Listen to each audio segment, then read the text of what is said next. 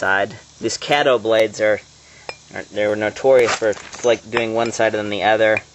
Some of it has to do with the material, like this Georgetown, a lot of chert. It works better if you give preference to one side more than anything. And that's what I think is interesting about replication, is that so much of the motivation for point styles to be created, for there to be themes from cultures, a lot of that is driven by the natural environment. Whether you're making shoes out of a plant that's native to an area, or you're working shirt that's native, well, the fibers will dictate sort of how, what you can do with your weaving, just like clay dictates what you can do with your pottery, and shirt dictates what you can do with lithics, because it's going to inadvertently, if you get a large enough sample of people napping, the average is, and they did different materials, you're going to notice changes statistically, and I hate to use that word because it makes it seem less personal, but you're going to notice variation that is driven in part by the material.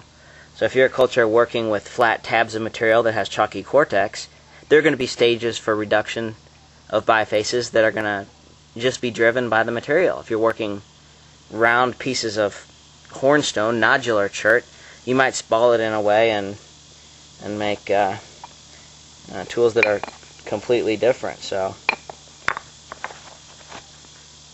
a lot of it isn't just,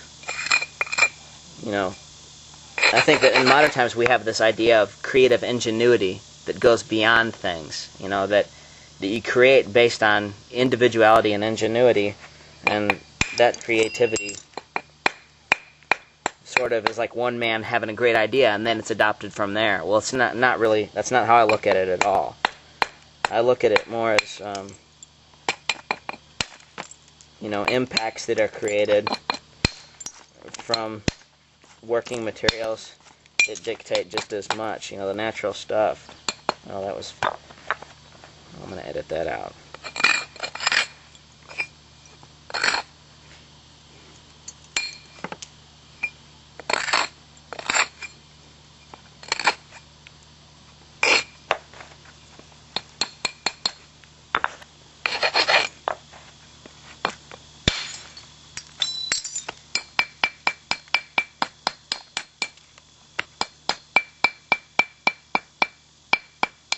Thinking of it, creation and invention are two different things.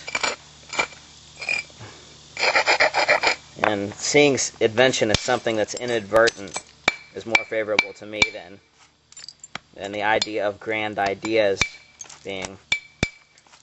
and these, I haven't studied anthropology to know enough about how to categorize my ideas on this, or where that belongs. I'm not as interested. I need to shut up. Here's an isolated platform, just a blender. Follow that ridge from the other side. These have been just modest smoothing flakes. The set after this is where we're really going to start. It'll be nice and smooth, and we'll just thinner fast. We'll go in the stage of smooth contour, and then thin, then blend smooth contour, and working that way.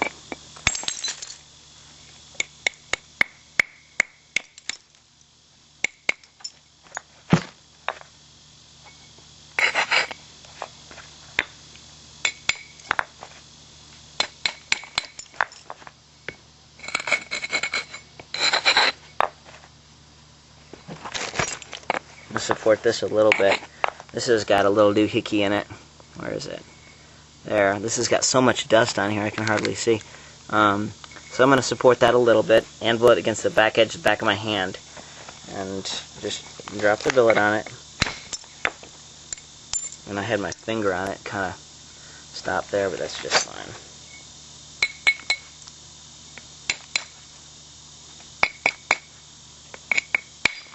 It's probably likely, and I got this idea from Tim Dillard, who's helped me a lot in my napping over the years, is that a lot of napping is probably group activities, and they probably helped each other hold a lot of this stuff, especially these big blades. It makes it so much easier if you got two hands on it, that aren't yours, help you hold it, or four hands. But if somebody just holds it for you really snug, and all you have to do is hit it. You can really put a lot of energy into these flakes.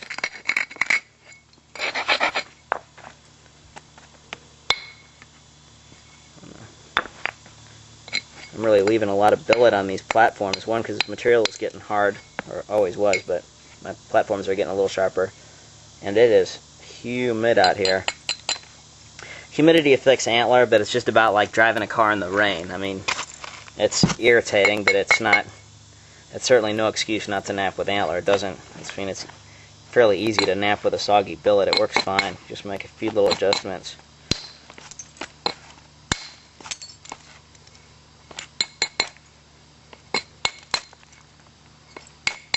Pressure flakers are more effective than billets from rain, in my experience. Okay, now I'm going to hit a few more ridges just randomly here. I'm going to do the other side. I'm going to turn. Okay, I hope this isn't too bright. I'm going to show a series that I just took off after we turned that edge. Here's what my edge looks like, where the flakes were taken. And everything was nice and smooth, so we just removed 4 fairly broad flakes. This is the first one. And the second one. These were supported against the back leg, just open, no support. They're moving a lot of edge thickness. And this one I mishit this kind of it. You know, that's not good. That's how you break them in the later stage, but it came out alright. And nice bold pattern. And those really thin that edge down a lot. So that's a major set. Probably another major set and some blending, and this thing will be pretty thin. If we can keep the width thin, we'll be in good shape. So now, yep, you guessed it, we'll just blend from this side and finish the set on the other side. I'll blend into the middle. Boy, this flint has some pretty modeling in it now. This Georgetown dries out a lot. It'll be light, and you know, a few weeks it'll be just light gray. So I'll do that blending on the other side, and after I get done with that, I'll show you the later stage platforms.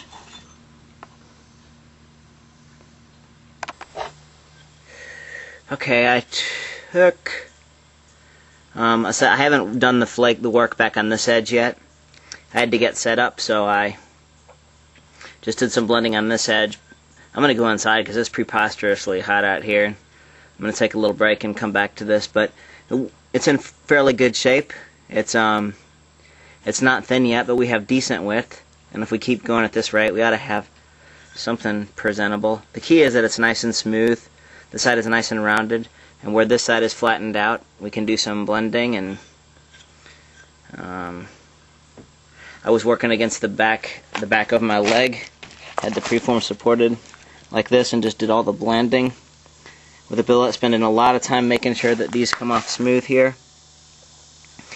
No, not a lot of angle, just hold it firm against the back of my leg and grind the edge and do those brushing strikes with the billet to get that blending. Now this mass here will be easy to attack because we're all set up for it. All I have to do is turn the edge by grinding and come back here. So we've lost a little bit of length, but it's going along pretty well.